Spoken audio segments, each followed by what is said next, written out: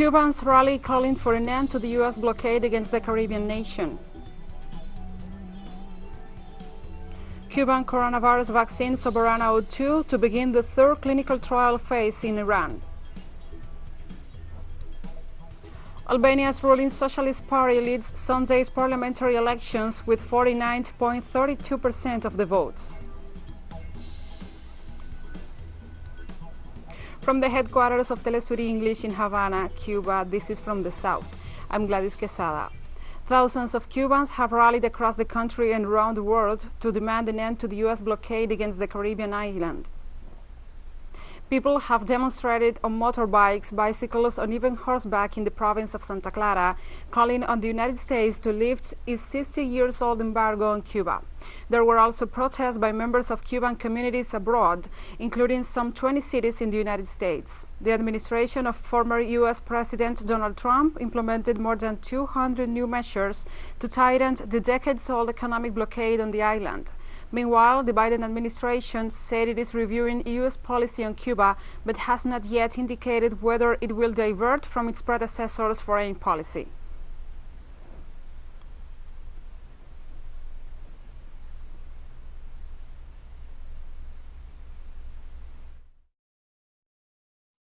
Barbadian Friendship Association and the Caribbean Movement for Peace also joined in solidarity with the people of Cuba to call for an end to the U.S. blockade. The Barbadian Friendship Association and the Caribbean Movement for Peace and Integration join all of the international forces that are today standing in solidarity with the government and people of the Republic of Cuba. We also join with them to call for the end of the blockade against the Republic of Cuba. And we will continue to stand in solidarity with the people of Cuba who are fighting against U.S. imperialism and demanding that the United States of America remove the embargo against Cuba.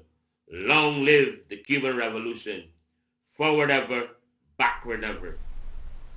Bolivia's former president, Evo Morales, announced the creation of UNASUR, a body that joins projects such as the Union of South American Nations, UNASUR, with the aim of articulating a plurinational America, which establishes its headquarters in Bolivia and seeks to have on board 12 countries of the region. The idea of creating UNASUR was raised by Morales one day after he returned to Bolivia after a year of exile.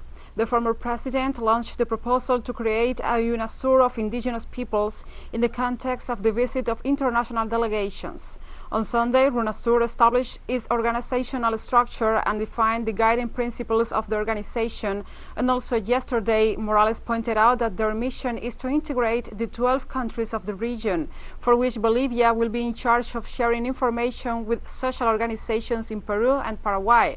Argentina will do the same with Brazil and Uruguay. Ecuador will be in charge of Colombia and Chile, and Venezuela of Suriname and Guyana.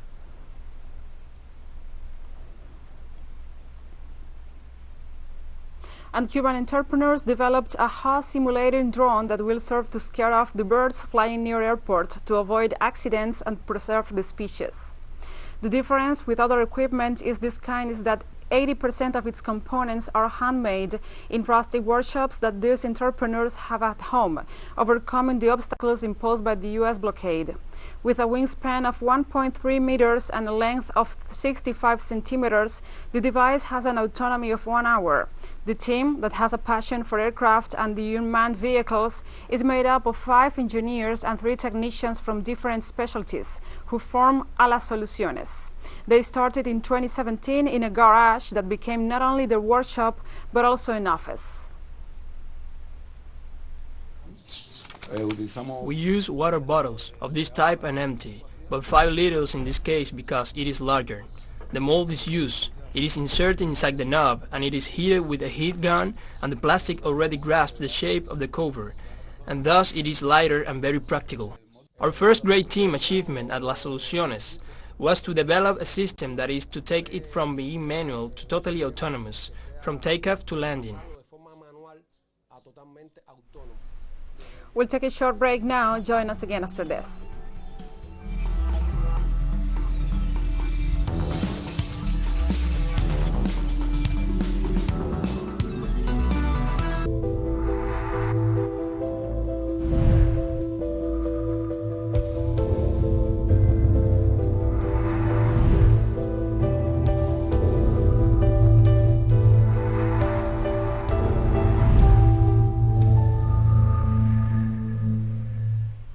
Welcome back to From the South.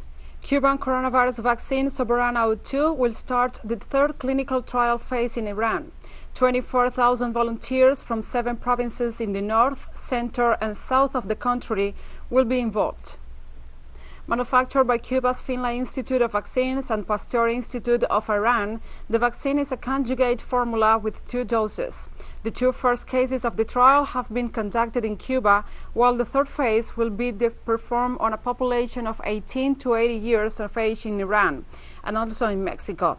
On March 11th, 100,000 doses of the Cuban vaccine were delivered to Iran as part of Havana's cooperation program with other countries to develop the vaccine.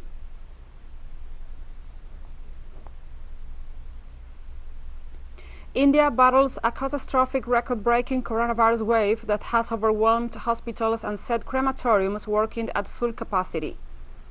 A surge in recent days has seen patients' families taking to social media to beg for oxygen supplies and locations of available hospital beds, and has forced the capital, New Delhi, to extend a week-long lockdown.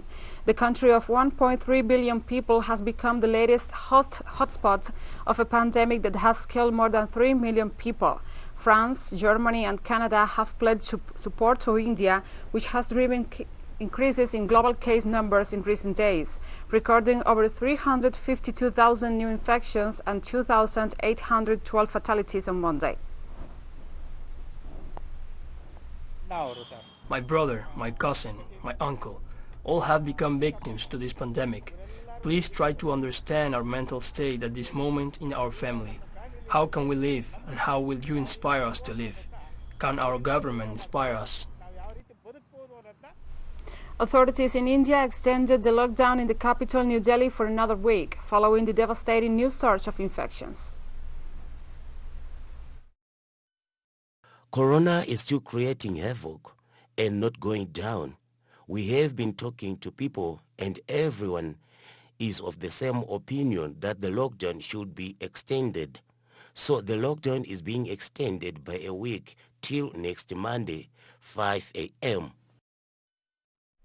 On Monday, new COVID-19 restrictions came into force in Thailand to try to tackle an outbreak that saw deaths hit a record single-day high over the weekend.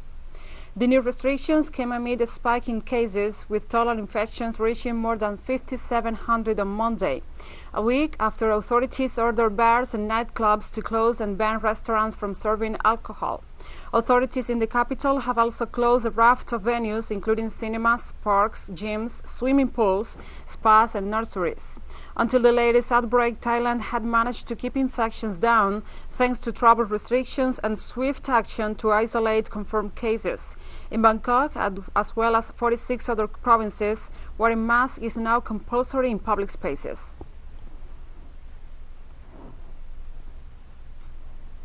Egypt is set to manufacture some 40 million COVID-19 vaccines this year, as demand for inoculation increases due to a new wave of the pandemic. The country's health ministry announced that experts from China are going to help setting up production lines to help cover Egypt's and other African countries' needs. The health minister also said authorities had registered a weekly increase of up to 10% in some areas amid a third wave of the pandemic. However, he did not provide numbers. Egypt has so far recorded about 220,000 coronavirus cases and nearly 13,000 fatalities. We are ready with the production lines. Chinese expertise will be arriving in a few days. We will start working to prepare 40 million vaccines doses this year. That can be increased annually to cover all needs of Egypt from this vaccine, in addition to the African countries' needs and countries in the region. On Monday, the European Union announced that it will be taking legal action against the British coronavirus vaccine developer AstraZeneca over failing to keep vaccine supply. The claim was formally lodged in the Belgian courts on Friday. AstraZeneca has stated that it will be unable to meet demand for its vaccine during the first and second quarters of 2021, slowing vaccination efforts in the European Union.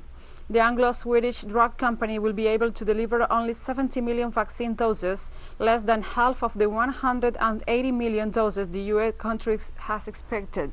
According to the EU Commissioner for Health, the priority of the bloc is to ensure COVID-19 vaccine deliveries take place. First, hearing before a court in Brussels will take place.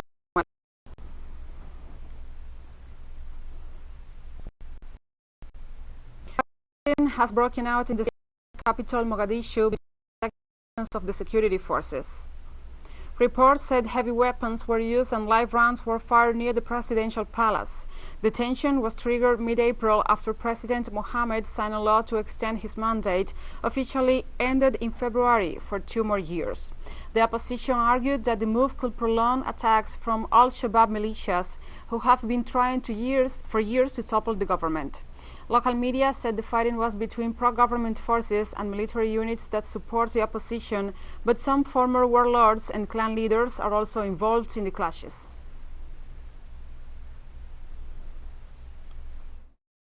Most of the people are in defiance of the government extending term limits. The president, whose term has finished, could lead the country into war.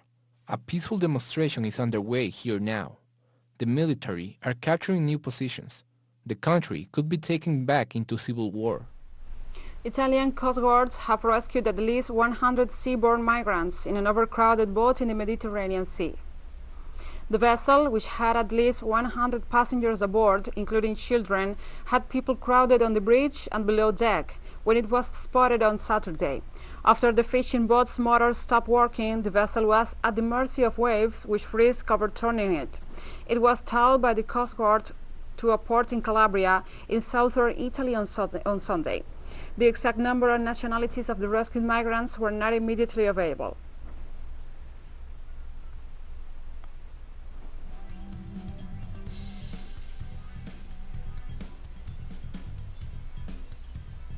We'll take a short break now. Follow us on Twitter at TeleSUR English and Gladys TeleSUR.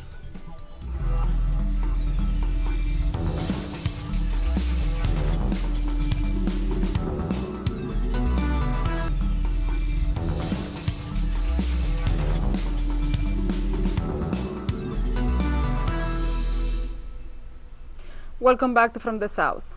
Albania's ruling socialist party, led by Prime Minister Edi Rama, won 49.32% of the votes on Sunday's parliamentary election. Preliminary official results show on Monday. The socialist main opponent, the Democratic Party, led by Luslim Basha, garnered almost 39% of support, according to the results of the Central Election Commission preliminary count. The Social Movement for Integration came in third with 7% of the votes, according to this report. The Democratic Party and the Social Movement for Integration have signed an agreement to partner in the potential formation for a government after the elections. An amendment to the Albania's election law adopted last year bans pre-election coalitions.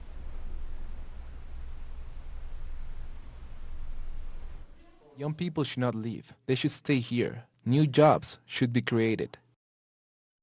First of all, I want my child to feel safe, so that no one is harmed when they go out on the street. This is very important to me. Armenian Prime Minister Nikol Pashinyan has resigned. However, he will stay in a caretaker position until the parliamentary elections take place on June 20th. He has faced calls to step down since the signing of a Russian-brokered peace agreement with Azerbaijan in November. Following Pashinyan's resignation, all members of his cabinet handed in their own resignations as required by Armenian law. I thought it was important to resign today, on the Day of the Citizen. That's important because it shows that the power I give back to the citizen, the power I got from the Armenian citizen. We will respect the decision of the people, and we will without any doubt fulfill our duty in front of the population. If the people decides that I should not be PM anymore, I will respect that decision. Many Armenians have welcomed Pashinyan's resignation and emphasized the importance of the upcoming elections. People do not want Pashinyan anymore, most of them. He does have some supporters, but there are not many of them. People do not want him. I think that these elections should not be the same as last time, but different so that we have hope again. We absolutely have to take part in these elections. It's very important to go vote and express our voice. The Chernobyl tragedy on April 26, 1986 marked an entire generation of Ukrainians who were deeply affected by the biggest nuclear catastrophe in history, a date especially felt by those born in the year of the disaster. The explosion that occurred in the early morning of April 26, 1986 in the fourth reactor of the Chernobyl plant spread up to 200 tons of material with a radioactivity of 50 million curies, equivalent to 500 atomic bombs like the one dropped on Hiroshima. The aftermath of the explosion affected local nature because of the high level of radiation in animals, plants, and crop fields. Also, it left a grim legacy on nearby communities and several generations. In 2018, the United Nations Scientific Committee on the Effects of Atomic Radiation reported that the accident also was responsible for nearly 20,000 documented cases of thyroid cancer in the 3 affected countries, including Belarus, Ukraine, and the Russian Federation. In 1989, Cuba offered a medical program for the Chernobyl children, which remained free of charge for 21 consecutive years and enabled more than 26,000 children from Russia, Belarus, Moldova, and Ukraine to receive care. At least 31 Nigerian soldiers were killed when ISIS-aligned jihadists ambushed a military convoy escorting weapons and overran a base in northeast Nigeria's Borno State, military sources stated on Monday. Fighters from the Islamic State West Africa province attacked the convoy with rocket-propelled grenades on Sunday in the town of Mainok outside the regional capital Maiduguri before storming a nearby base.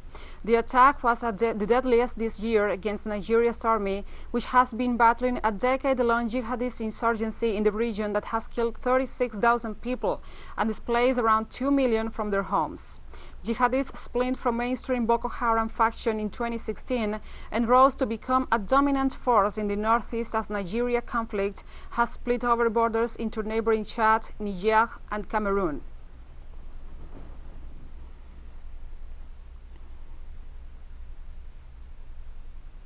On Monday, Chad's new military junta appointed former Prime Minister Albert Pahimi Padake to lead the transitional government.